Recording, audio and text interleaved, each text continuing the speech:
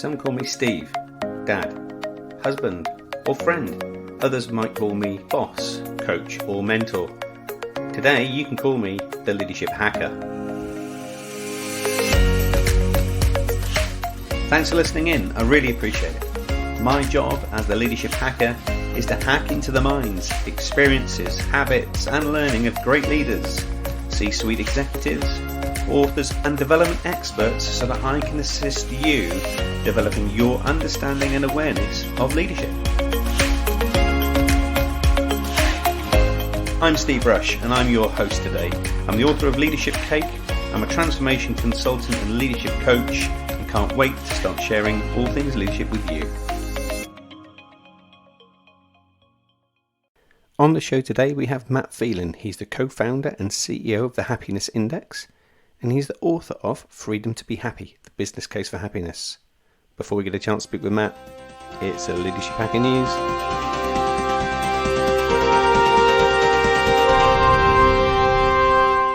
On today's show, we explore the notion of, is crisis caused by communication? And the reason we're focusing on this today is there are a number of different things happening globally where, because of communication, situations have arisen that might not have existed in the first place. Here's a few examples. There is a chip shortage around the world. Now, not a potato crisp or a bag of chips if you're in the UK, but an electronic chip come under great shortage due to supply and demand issues. And the reason that's happened is due to supply and demand, due to supply chains, and of course the COVID pandemic has massively impacted on it. But because of the hype that's been caused by the communication, it's caused manufacturers to overbuy, it's caused big motor engineering companies and electronic manufacturers to grab hold of every supply they can, therefore rocketing price and reducing the market flow that would ordinarily be there. Early in the pandemic, we saw the same thing happen with supermarkets, where we were told that there would be a shortage of supply. And of course it wasn't, yet many people still bought toilet rolls to fill spare rooms and pasta that would last a year. Most recently in the UK, we have a driver shortage for haulage firms and lorry drivers, taking our fuel and our goods and services around the country. And as such, the media said it might be a fuel shortage, and guess what? You're right. Panic buying at the pumps, people filling up cans and cans of petrol, diesel and fuel, supermarkets going bare. Why? Because the media is driving something that perhaps wouldn't be there had we just carried on our day-to-day life and routines. So what's a leadership hack? Well, if we think about how people respond to communication, if we have a perceived problem or a perceived threat that may not be true and communicate it early, we could reinforce behaviours that could actually make that problem become a reality much sooner. And it may be of a problem that wouldn't have arrived had we rethought our communication strategy and approach. So the leadership lesson here is, if we think there may be a problem, be sure that there may be a problem before you communicate it. Have foundations, have evidence, because unintentional communication can set people down a rabbit hole and lead to challenge and adversity. Thank you for those that have raised this through our social media platforms with us this week so that we could bring it to the attention of our listeners. If you also have some stories or insights that you want us to hear, let's get in touch. In the meantime, let's get on with the show. Matt Phelan is the co-founder and CEO of the Happiness Index. He's also the author of Freedom to be Happy, the business case for happiness. Matt, welcome to the Leadership Hacker podcast. Thanks for inviting me on. Delighted you're here too. So tell us, how did you end up running and leading the Happiness Index, and what is it? So as with most of these good stories, complete accident. When I was 25, I started a marketing agency, and we used to have a saying that employees come first, not the customer. So we were the opposite. We didn't believe the customer came first. And over a 10-year period, we delivered something like 33 quarters of growth. I'm a data geek, and I started to wonder whether that was true, because it sounds good, doesn't it? If you look after your employees, your customers will be happy and the business will grow. But as a geek, I've got a very inquisitive mind, and I wanted to find out if it was true. So we built a piece of code to correlate at the beginning, just to understand the correlation. Is there a correlation between employee happiness and customer happiness? And then our customers of our marketing agency started asking for the code, and we said, you can't have it. It's a rubbish piece of code. We'd be ashamed to show it to anyone. But like most entrepreneurs, we saw more and more phone calls came in. So eventually we realized that there was probably a business here called the Happiness Index, and it went from being an internal tool to being a business entity in its own right. So as an organization, how might I use it? So you would use it, I would say, to start off with, to visualize your culture, to figure out where you are. And once you know where you are, you can start to plot where you want to go. So we say it's an upgrade on employee engagement. It does measure employee engagement, but also includes employee happiness, which we think are subtly and importantly different. So how would you describe happiness, Matt? Somebody asked you kind of over a beer, what is happiness? How do you respond?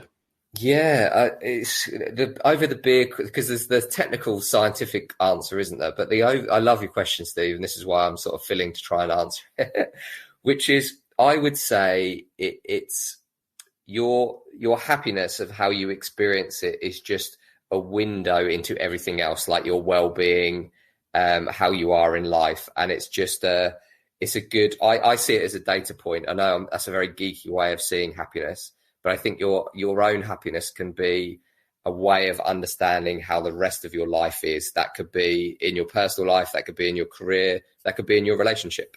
And your hesitance was because you were going down that kind of geeky data space, right? Yeah. So tell us a bit about what's the flip side of that kind of emotional response then. Yeah, so we the reason I hesitated is because we collect this information in over 100 countries.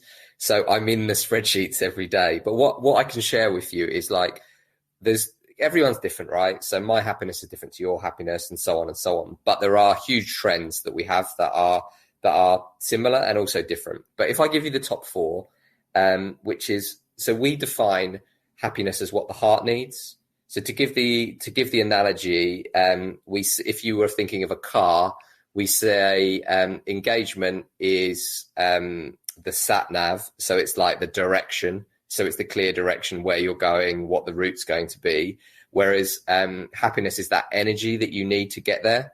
I used to say it's the petrol in the car, but I think it's Electric Vehicle Week, Steve. It is indeed, yeah. And climate's everything, man. You know that. I have moved to electric, so I'm trying to find a new. So let's say it's the electric in the car. The sat nav is the engagement, and the happiness is the electric. It's that energy. But what the top four are: psychological safety, positive relationships, freedom to take opportunities, and feelings of acknowledgement. And are they consistent in all of the teams that you work with and the organizations that you work with? Do you see that those manifest themselves in positive scores? So relationships is always number one. But what is number two changes per person, per company, per country, per region. Oh, interesting, yeah. I know you have a lot of North American listeners, Steve, so I pulled out an example from the data for you. So if you were a European companies often lump together the United States of America and Canada, which we shouldn't, for many reasons. But in our head, we see this kind of like geographical mass. If you take all the American data and all the Canada data, in America, the second most important thing, and I'm going to add engagement now, and happiness together. The second most important thing in America is actually an engagement metric, which is clear direction. In Canada, it's acknowledgement. So you could look from Europe, you could look over the pond and think they're very similar in terms of their culture and so on and so on. But there's a clear difference every time we run that data. I've got some views on why I think that is, and feel free to jump in, Stephen, why you think that might be. But that's what we see in the data, a very clear difference. So if you're a HR director, that indicates that you need a different strategy for the different locations. So I think there's probably a few things that kick around there, isn't there? You have some cultural differences between Canada and and the rest of the US, Yeah. which could present itself in the results you get.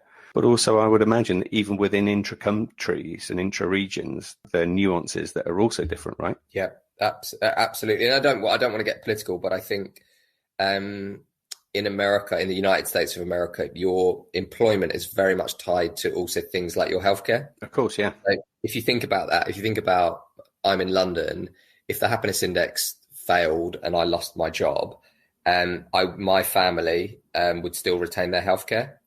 So acknowledgement can be higher. It's a bit like the Maslow hierarchy of needs. But if you know that if you were to lose your job, you would lose your healthcare, clear clarity on what your role is hyper important, isn't it? Absolutely. So you'd think it would be the same for everyone, but we're human beings, and those underlying elements change how we are in the workforce. That's really fascinating. And I guess also organizations make assumptions about what makes people happy, right? Yes, every single day. Yeah. And we all do it consciously and subconsciously. So what would be some of those assumptions and how right or wrong are they? So let me run a live case study for you in a real life they're definitely, they're European pan-wide retailer.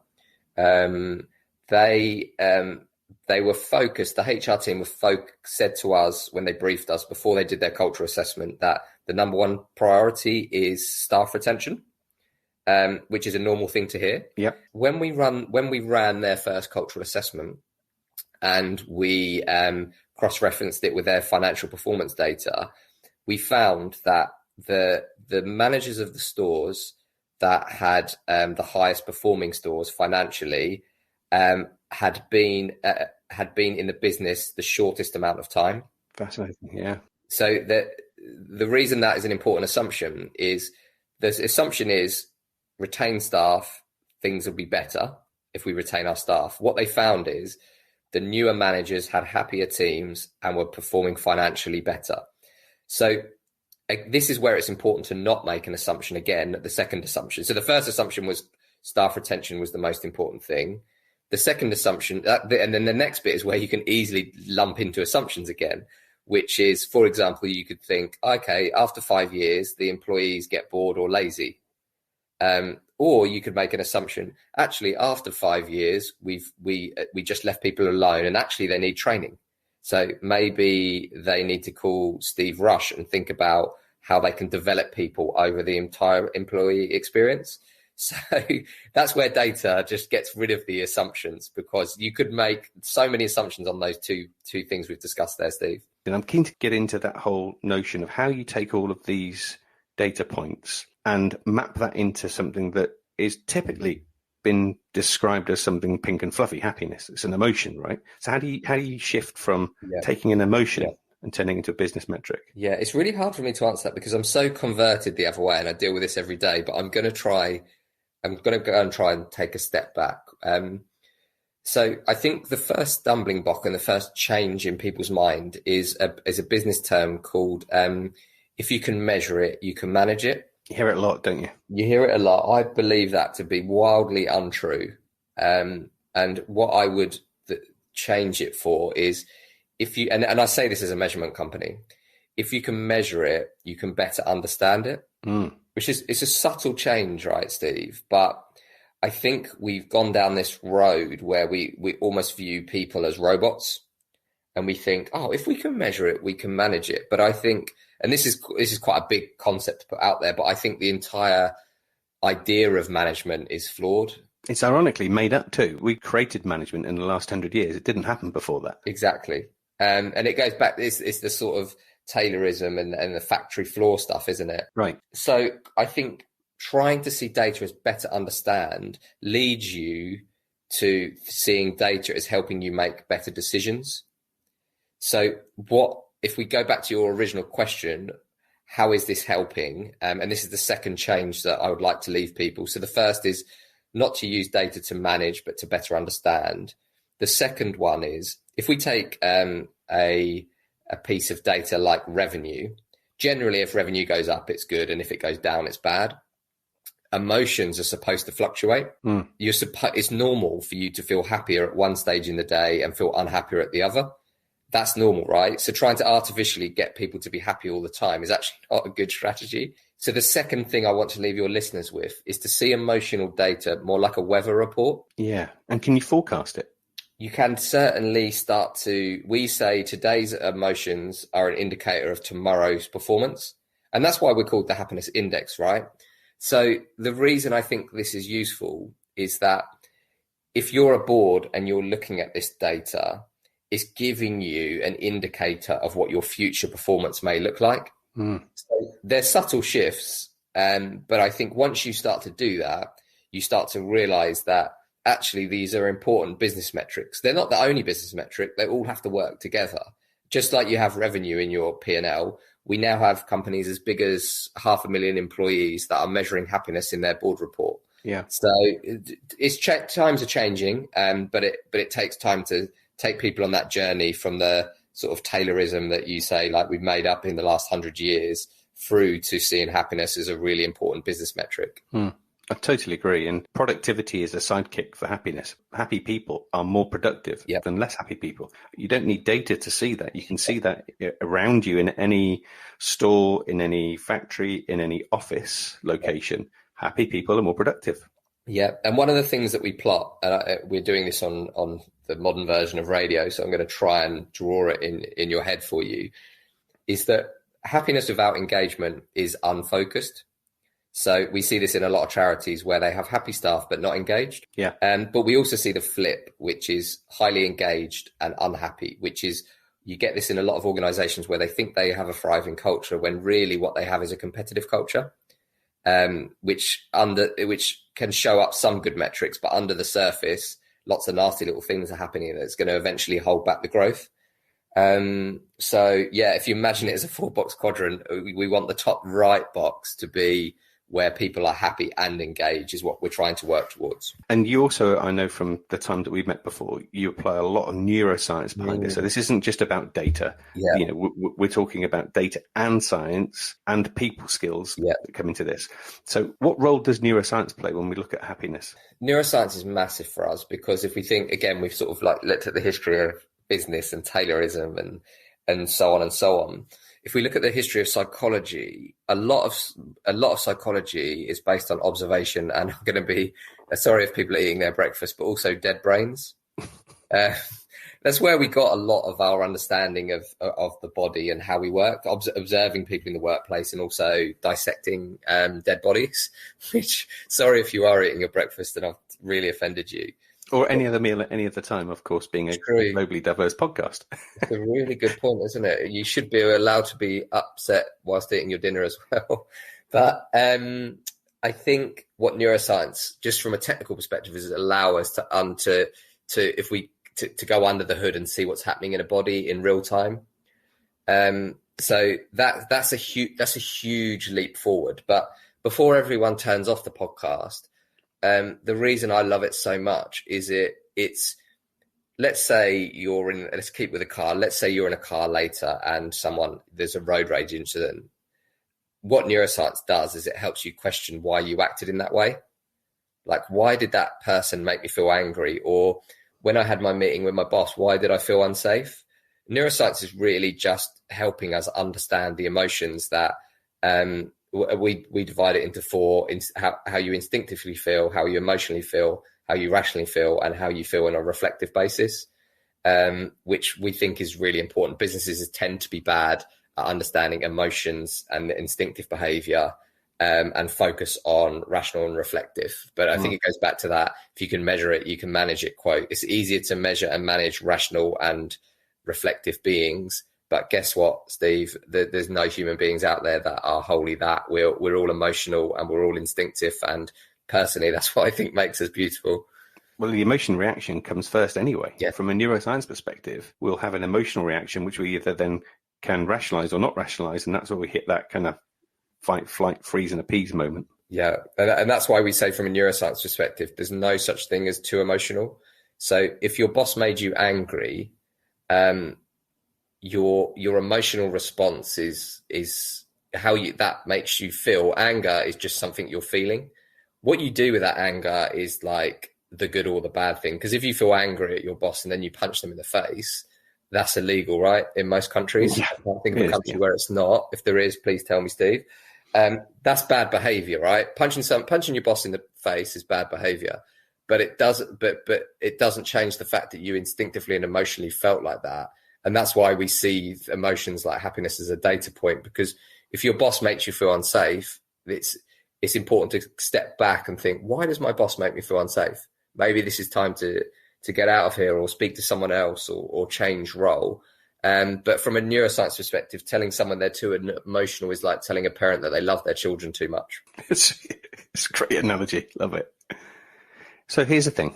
Can you ever be too happy? Yes is the answer, Steve. Okay. To be happy all the time is a mental health issue as severe as being unhappy all the time, which people are often shocked when they hear that. But our emotions are supposed to fluctuate, and the fluctuation is what is important. If you were, and this is why I think this is where self-help, this is kind of why I wrote my book, which is self-help books are good to a certain degree, right? But if you have a chemical imbalance, which means you're unhappy all the time, you need to go and get help to get out of that. And it would be the same if you were happy all the time. There would be a condition there that you would need help with. We talk a lot at the moment about I can never say the word. Incongruous. Have I said it right, Steve? Yeah. I think nailed it. Incongruous emotions. So an incongruous emotion could be your mother dies, but you feel happy. So you feel happy because she was in pain for 5 years, and you feel that she has had a release, but you feel guilty that you feel happy. The emotion that you feel happy, you can't help how you are feeling in that moment. But what happens is you can then end up feeling bad. Your rational brain can tell you to feel bad because you think you should be unhappy because your mother's just died. So these are all complex subjects, but it's important to know that it will fluctuate. And the reason I bring up the incongruous bit, sometimes people end up on a downward spiral because they feel unhappy and they get annoyed that they're not happy, and it makes it worse. Yeah, at a certain event. But the other way can happen as well. So the answer to answer your question, yes, you can be too happy, which I think does surprise a few people when they hear that. Yeah, it does, and I guess the reason that might surprise people is because it's easier to notice when people are less happy than when they are happy, right? Yeah, and I think we need to bring up an elephant in the room on this one, Steve, which is let's do it. Toxic positivity. Oh, go on. We made this mistake when we first started the Happiness Index, which is as soon as we built that software in our old company, we made happiness a target. As in, we said we want our staff to be on average 8 out of 10 or above happiness. What I learned from doing that is it's a terrible idea and don't do it. First learning. And the reason it's a terrible idea and don't do it is that if you saw someone in the office or down the pub and they looked unhappy, it's the equivalent of telling them to cheer up. Mm-hmm. If you tell someone who's unhappy to cheer up, the only thing that's ever going to happen is they're going to get unhappier. Yeah, that's true, isn't it? Very true. Yeah. And it goes back to that seeing it like a weather report. You can't tell the rain not to rain and the sun not to shine. It's just natural. This is what's happening. So all you can do if you see someone unhappy is to be there and try and understand what's driving that emotion. And if you can help, then great. But if you can't, your job, like we've all learned, is to be there to listen. And actually, just the process of listening can actually really help people. But you need to get permission before you go into fix mode, because I think it's an entrepreneurship thing, and there's also gender differences in this element. But I'm definitely someone who likes to jump into fixing. Yeah. Before I've been given permission that actually, does this person actually want me to help?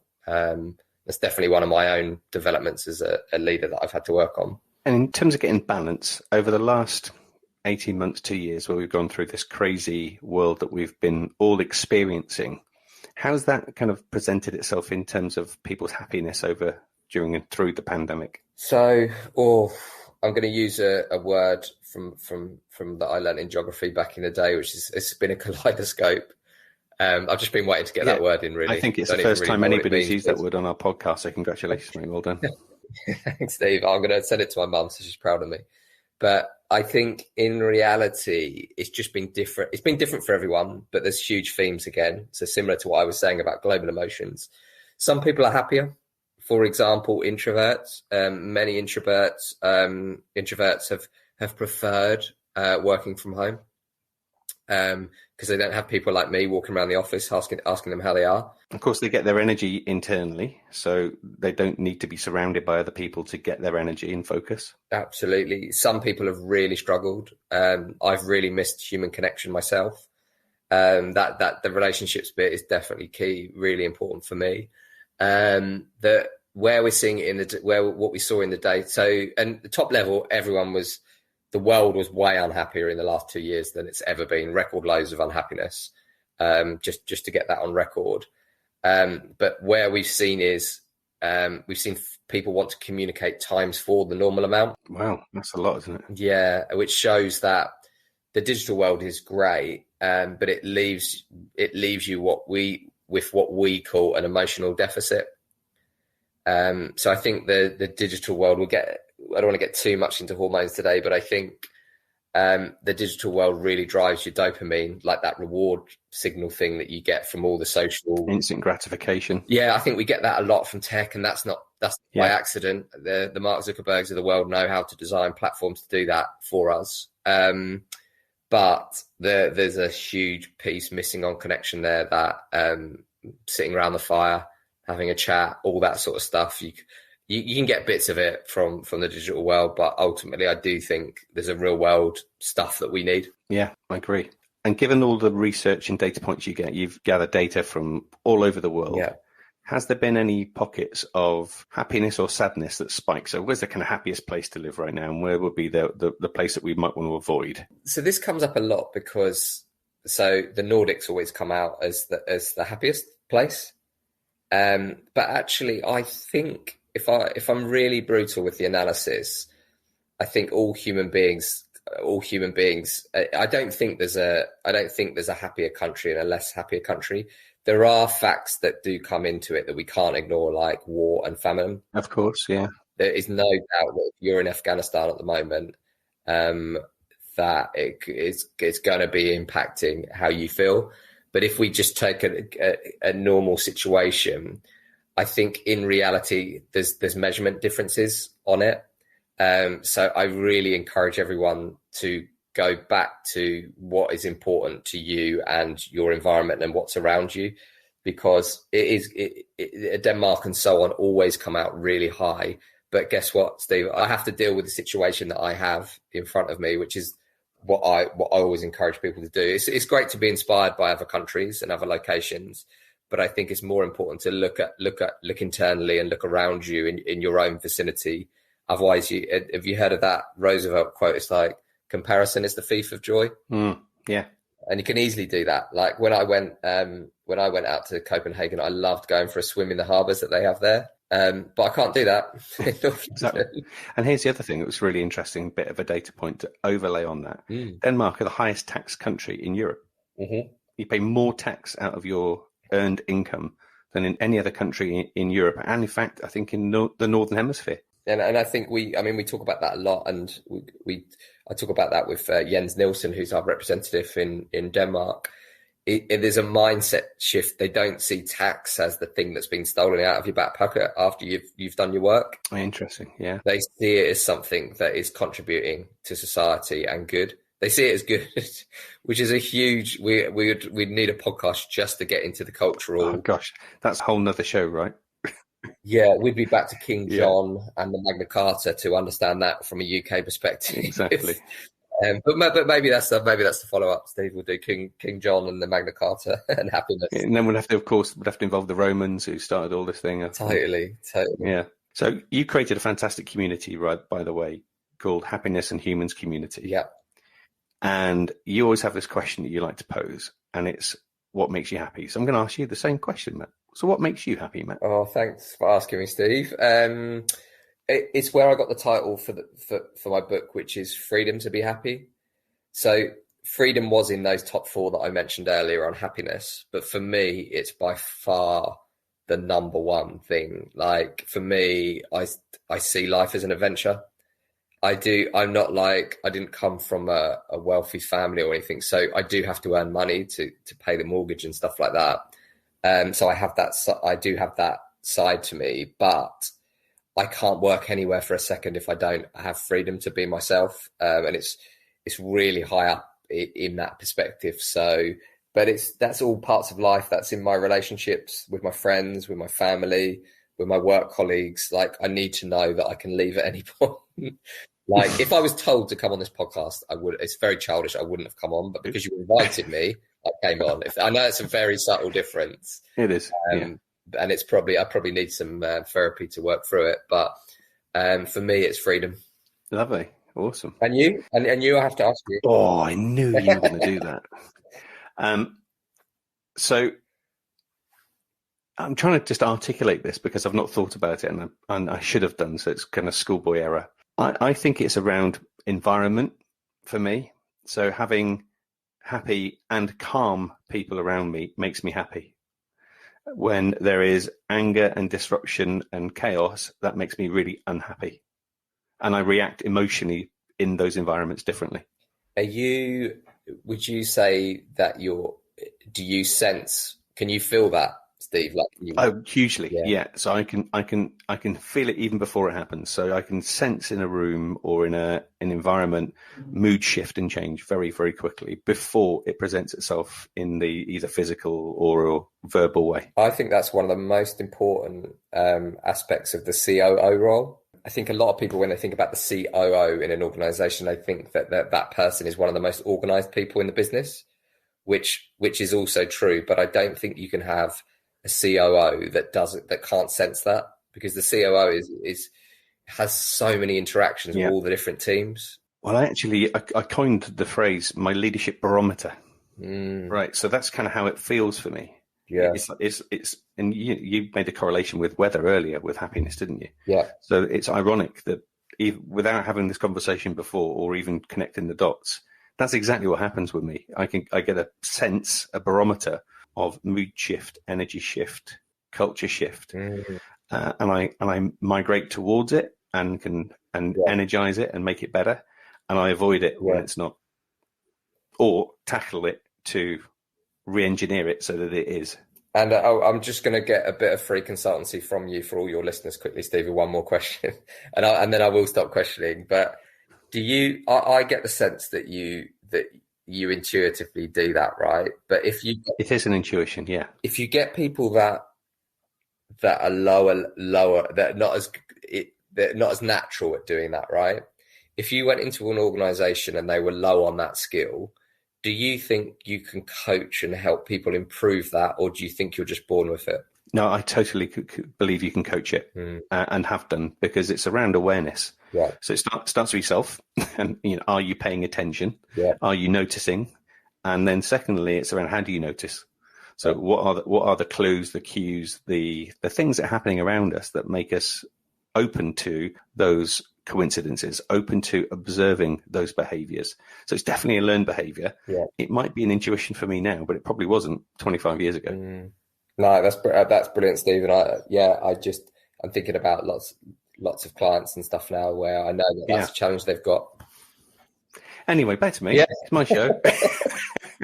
I'm kidding.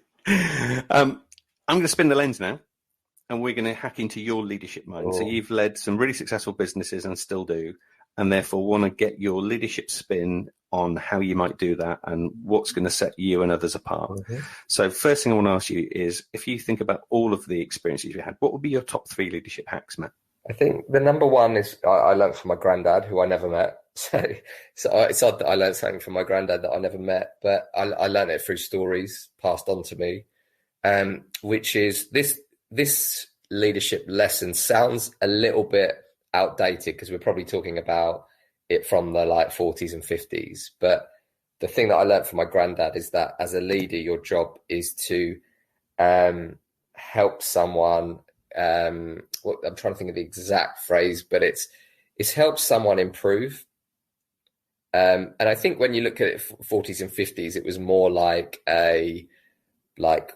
my family were immigrants. So it's like, it's about like working your way up and all that kind of stuff. But in a modern world, I see it as personal development. I think if you look at all your employees and think, how do you help them improve? Ultimately, that's going to help your organization improve as well. But the massive caveat that I would add to it, for it to really work, you have to be able to have an honest conversation with someone when you think that improvement will be better served outside your current organization. Yeah.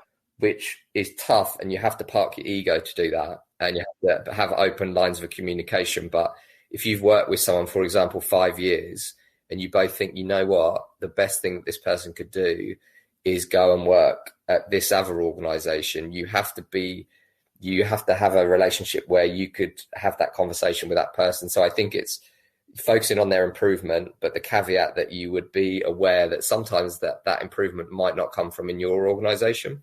Yeah. So so we got number one. Number two, I think, is, we mentioned it before, Steve, which is listen. And again, the caveat is not jump into problem solving. So it's really listening to your team, but waiting to be invited on the fix part. And I've learned that the hard way. Yeah, easy done though. Yeah, and I think the third point, and this is why your podcast has done so amazing, Steve, is the power of storytelling. Because I'm a geek, right, and I deal in data, but unless you can turn that data into a story, it just sits in a spreadsheet, doesn't it? Just sits in a. It does, yeah. They're just numbers, aren't they? But until you start looking at trends, and then once you turn them into trends, you start turning them into stories. That's how other human beings learn. So when you're looking at your cultural data, then taking out those little nuggets and stories, that's how we share it and we learn and we improve as an organization. So to recap that, I would say self-improvement for the team, really proper listening, and the third point, which I just mentioned. Love it. Really great advice. So the next part of the show, we call it Hack to Attack. Ooh. So this is typically where something in your life or work has not worked out at all well, could have even been quite catastrophic, but it created a learning experience for you that you now use as a positive in your life and work. What would be your hack to attack, Matt? I think my hack to attack was where you were going, Steve, a bit with like listening to your own body. So I learned through coaching. My coach was a neuroscience coach, that the most important thing I could do was listen to my body. And the reason that was important was when I first started, I was 25, and you know what it's like, Steve, we were talking off the record about how tough the last year has been for both our businesses. But like, you can hit these big moments, can't you? People resign, you lose clients, cash flow's tough. What I used to do to deal with tough experiences, like when I came home, I found it hard to switch off. So I would drink red wine to sort of like get that nice hazy feel. Yeah. But what I learned from listening to my body is that it would give me that hazy feel, and it would push back the negative thoughts like, oh my God, we've lost this client, or this has happened. But then those thoughts would come back to me at 3 o'clock in the morning, which was a downward cycle, because then I couldn't sleep. And then I was getting less sleep, which was negatively impacting my well-being. So hack to attack. Now I look at my well-being as, I know that if I'm going to turn up for a meeting or a podcast, my well-being and foundation to be myself needs to be there. So I've learned that I just need to keep feeding that in. So that led me to doing it a year off alcohol. I came back drinking for my brother's stag do, which I felt like obliged to him, because he drank on my stag do, and so on and so on, and I wanted to be part of that. But actually, I don't know if I'll drink again now. I came back for that social event, and I definitely think that I'm a better leader. And the other thing I've learned from it is that there are non-drinkers within the happiness index that have gravitated towards me socially. And that's very interesting, because in the media world, drinking is part of the world, and that was my old world. Yeah. But actually, it's like a diversity thing, isn't it? Which is drinkers socially gravitated towards me, and my co-founders drink. But actually, as a diversity perspective, the fact that I'm a non-drinker is actually quite useful. So other people would come to me and say, Matt, we're doing this event, it's got drinking involved, maybe we could do a different type of activity. Whereas I don't think they would have come to me if I hadn't explained why I'd cut down on drinking. And we'll avoid the rabbit hole that says also there's a chemical reaction that gives you an instant high when you drink alcohol, but then it also impacts you negatively after the event. So I would recommend to read Alcohol Explained. For any level of drinker, I wouldn't say I was someone who was a huge drinker, but I was someone who became aware that I looked at it like a loan in the end, which is, I reckon I had 1 day up for 2 days down. And I thought, you know what, this is like a high interest loan that I don't want to keep paying off the interest on. Yeah, like a current account. But that book, Alcohol Explained, especially if you're into your neuroscience and stuff, it explains why that high comes and so on. And I don't want to preach, because I've many years of actually really enjoying drinking, and lots of friends and family who still do drink. But I would recommend people to read Alcohol Explained, whatever your level of drinking, from problem drinker to one a month. Great stuff. Now, the very last thing we get to do is we get to give you a chance to do some time travel, bump into Matt at 21. And you can get to give him some advice, Matt. What would it be? Oh, I would say, and this is what I say to you don't realise how much opportunity you've got. And I would say go and work in other countries. Like right now, obviously we're in the middle of the pandemic. Well, we're not, hopefully we're at the beginning of the end. But again, like, maybe I'm saying this because our freedom's been locked down and stuff, but I think you can learn a lot from travel, right? But imagine how much you can learn by going and working in another country. Yeah. So I would have said, like, it's been good for me because I've become very ingrained in London. So anything I need or speak to, like, my network in London is huge, and London's a global city. So I've benefited from that perspective. But actually, if I was speaking to 21-year-old Matt, I'd probably say go and work in Shanghai for a couple of years. Yeah, I didn't start working my professional career abroad until in my late 20s. And then only really in the last kind of 10 or 15 years have I had the opportunity to travel the world and see and experience those. And you do get much of a richer experience, and that diversity of thinking and behaviours is really powerful, isn't it? Yeah. So it would be as simple as that. So beyond today, if folk wanted to continue the conversation with you, stay connected with you, where's the best place for us to send them? Yeah, so I would recommend, at the moment, we realise that moving from engagement to happiness for some can be scary. So any company in the world of any size can go to thehappinestindex.com, and they can do a free trial for 3 months of our entire platform. So that's it on a product perspective. From a keeping in touch perspective, the Happiness and Humans community, you can find that on thehappinessindex.com as well. But the test is, do you want to positively shape the future of work? If you are thinking, yes, that's what I want to do, Matt and Steve, then please join that community. It's people from all around the world. People pose questions, challenges, but most importantly, people connect up. And there's been people that have become friends, business partners, they've hired on there. So yeah, please join the Happiness and Humans community if you want to positively shape the future of work. And we'll put a little join here button on our show notes as well, so people can do that as soon as they started listening with us. Thanks, Steve. Matt, I love chatting with you. You bring a really great perspective to something that is an emotional subject, and you have given us that business case. So thanks for being part of our community, and thanks for being on the podcast. Thanks for having me on, Steve. Thanks, Matt. I genuinely want to say a heartfelt thanks for taking time out of your day to listen in to.